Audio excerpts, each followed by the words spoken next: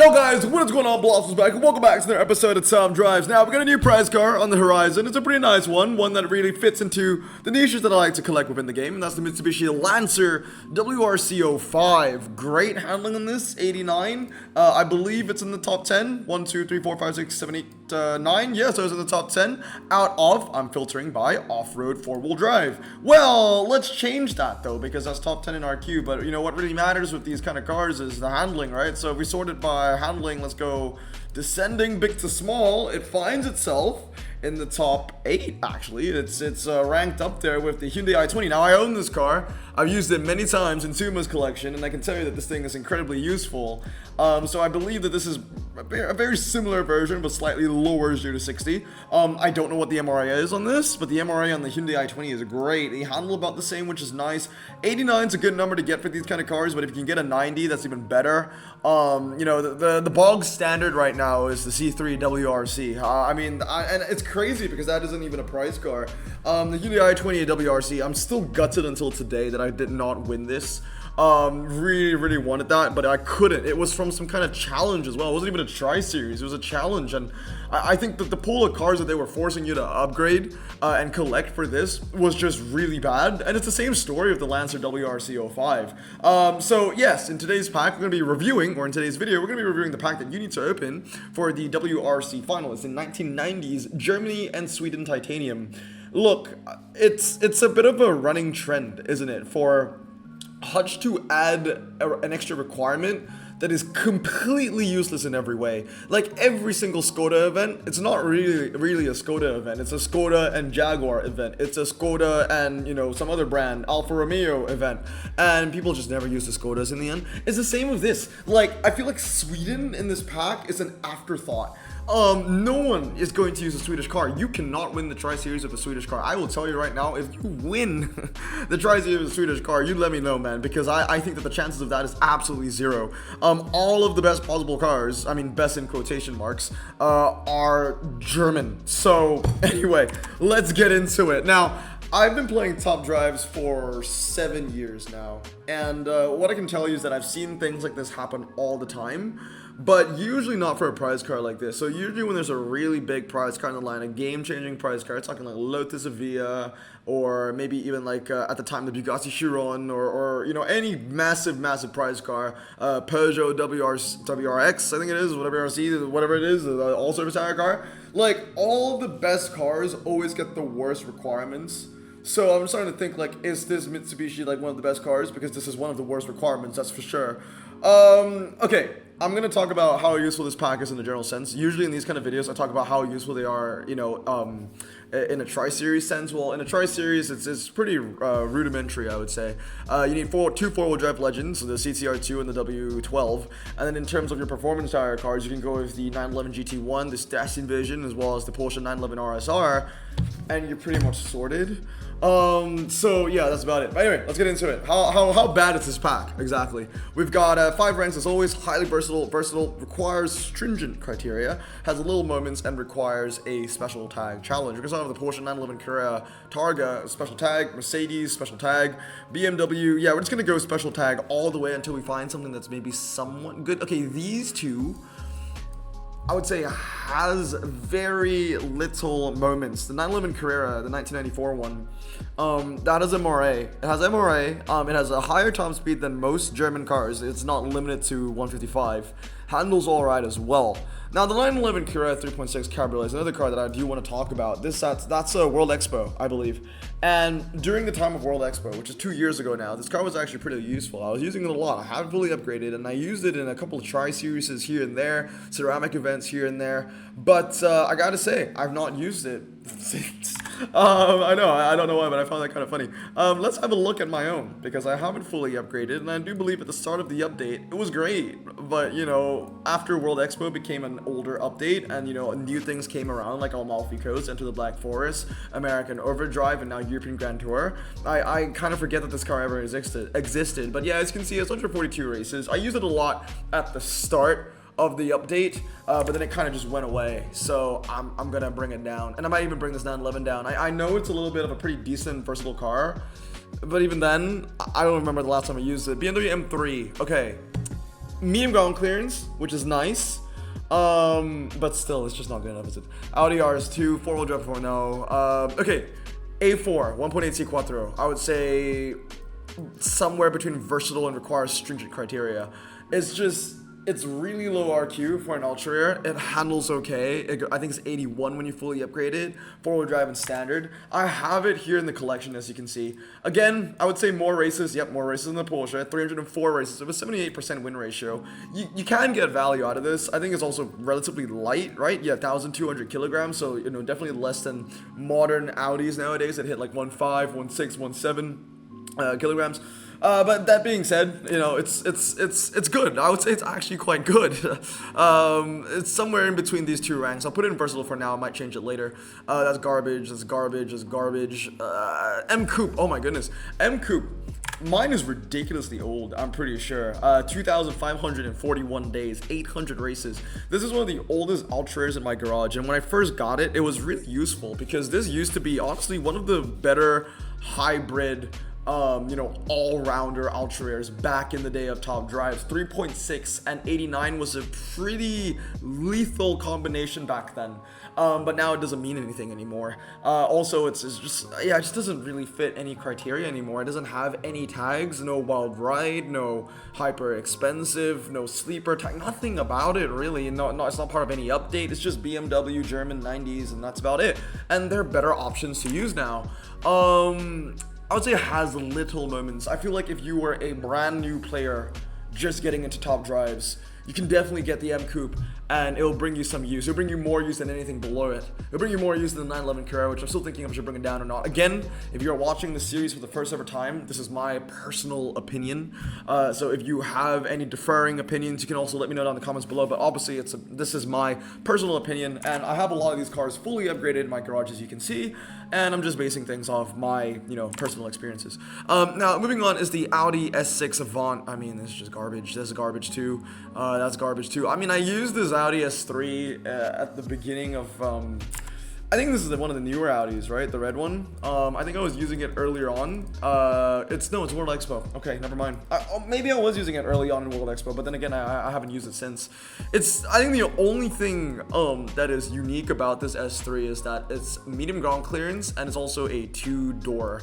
But it's a 5-seater, unfortunately, so it doesn't really count. If it was a 2-seater medium ground clearance, then it would actually be pretty decent within that niche, but it's not. It's still a 5-seater, although it's a 2-door. So yeah, requires special action. I think that's probably why I never get it used that much. Roof 3004 S, I'll put that in has little moments. It's kind of up there with the BMW M Coupe, where if you're a brand new player, you might get some value out of that. It's 95 handling, which is great. But then again, if I want to really save RQ and go for handling, for German ultras, I'll go for the Opel GTC, I believe. That's garbage. Porsche 911 RS, I'll put it in has little moments as well. This one is quite interesting. You kind of want to go drag spec on the 911 RS. Okay, it's tough because I have one drag spec. This one over here is drag spec, as you can see. And it was actually very useful for me back in the day. It used to be RQ62, 63, if you remember that. The only issue was, that used to be my go-to German ultra dragster, because back then the BMW M5, I believe maybe F10, I don't know the generation, but that generation of M5 that we all know and love now as an RQ64 used to be an epic, so we didn't need to worry about that. So before the time of that BMW M5, even before the time of the roof BTR, the 911 RS was a great dragster to use. That being said though, BTR came around, that ended up being better. Now the BMW M5 is better as well, so I would say it has very little moments. BMW M5, again, medium ground clearance, yes. How did its MRA nerf though? I'm going to put it in requires special tag challenge. Audi Quattro, I mean, I love this car. I really do. The E39 is amazing, but I just can't. Porsche 968 Turbo S. Again, I would say has little moments. Maybe, if I was feeling generous, requires stringent criteria. Again, it's got good MRA. I have one drag spec, as you can see, and then I have one at 233 as well, but do I use them that much? The answer is no. This car used to be epic in the beginning of top drives, by the way. 33 races in over 2 years, right? This one, okay, 364, it was a little better, and this is a way older car as well, but yeah, I don't know. It's like, Not that useful, clearly, because I've only used it 33 times. But obviously, it made an impact because I decided to actually collect the second one and drag spec it. By the way, Porsche needs some photo upgrades because that is way too close. But I'll put it in requires stringent criteria. I don't know, man. I don't know. I'm gonna put it in has little moments, actually. Yeah. Okay, that's trash. 911 turbo. I'll put it up here as well. It's okay. E500. I'm gonna say requires stringent criteria, and the main reason for that is because it's got the MRA. Handling isn't that bad. It's more of a hybrid kind of car in terms of stats. Handling isn't the best. 0 to 60 isn't the best, but it has the MRA and it's medium ground clearance and it's a saloon. So it has some niches up its sleeve. I do love this car. I do use it from time to time. 153 races in 645 days with a 66% win ratio. Yeah, requires stringent criteria. I think it just barely fits itself in that one. Porsche 911 GT3 again requires stringent criteria. It's one of the best ultra German cars in some niches. I can't remember what it was.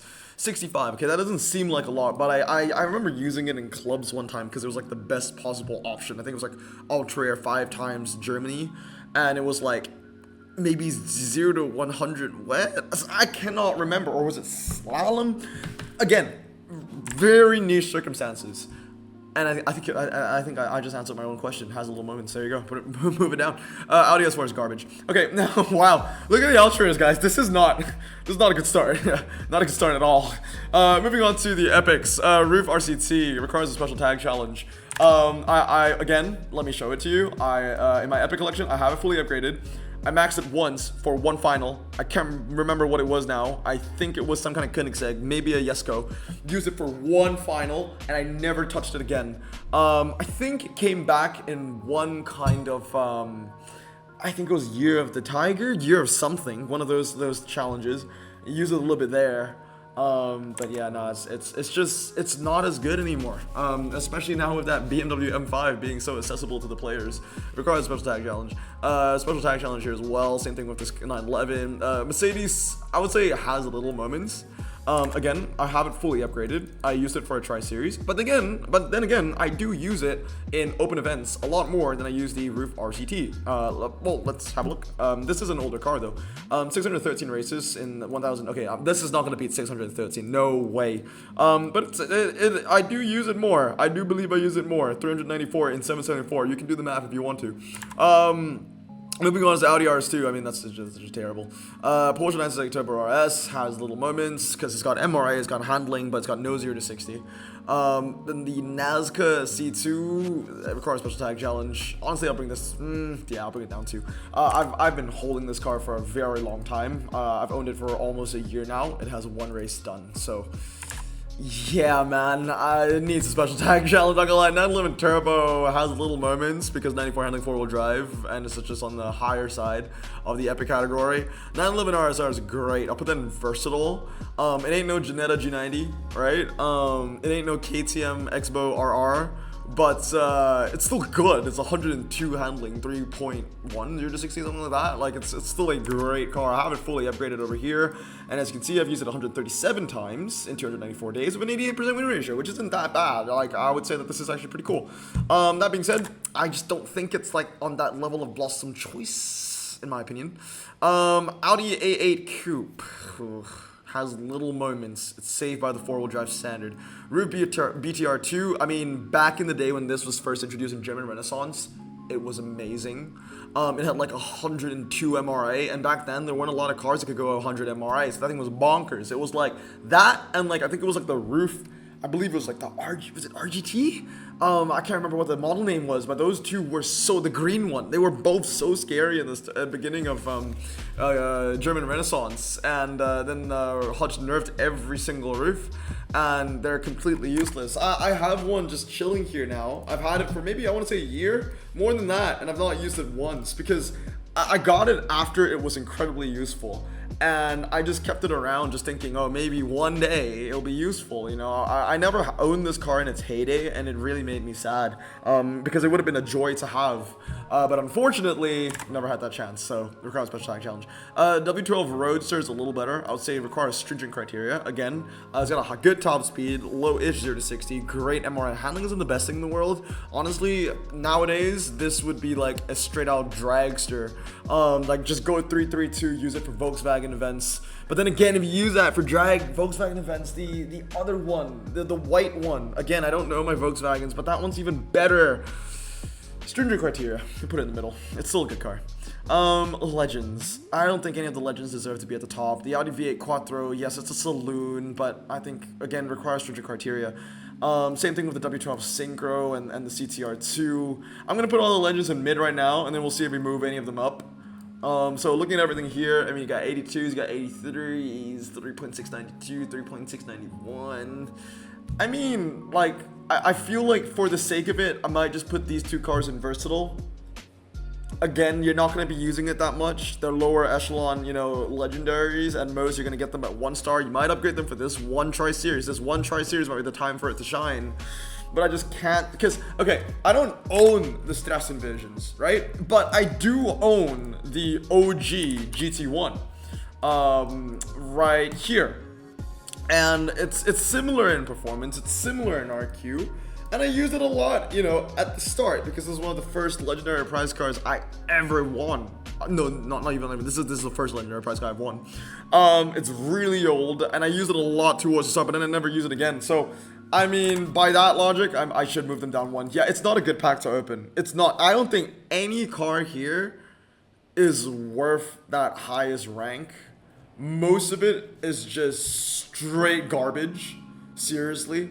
It's not a good pack to open, and I will never endorse it for you guys. Unless you really, really want this prize car, and you are some kind of lunatic that has a weird affinity towards saloons, I wouldn't recommend opening this at all. And only if you have a fighting chance at getting this car.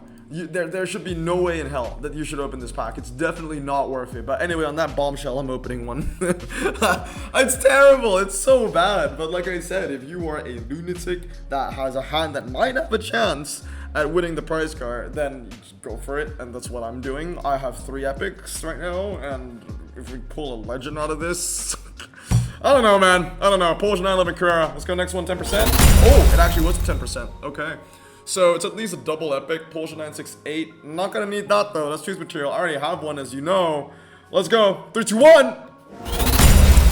I mean, it's double epic, it fits the criteria, but it's not the legend. We got the 10% in the second card, AA Coupe. There you go. I mean, that car is not useful. Because I've already, yeah, okay, I'm not winning it. Yeah, I'm not winning this. Okay, well, yeah, it's not useful. I already had a look at the track sets. It's 4-wheel drive and standard. There's some wet in here, but then again, these are more centered around that Porsche. If you pulled that RQ70, what is it? If you pulled this one right here, where is it? Yeah, the 78 Porsche, 911 Turbo. That'd be the better option to go for. Unfortunately, I didn't pull that. I pulled the Audi. So yeah, two fuse material, which replenishes my my epic fuse count that I spent so heavily on for the 7th anniversary event. But anyway, guys, that's gonna be it for today. Don't open the pack. Please, dude, it's bad. It's really bad. Hope you guys have a great day. Stay safe, wash your hands, and blossom out. Peace.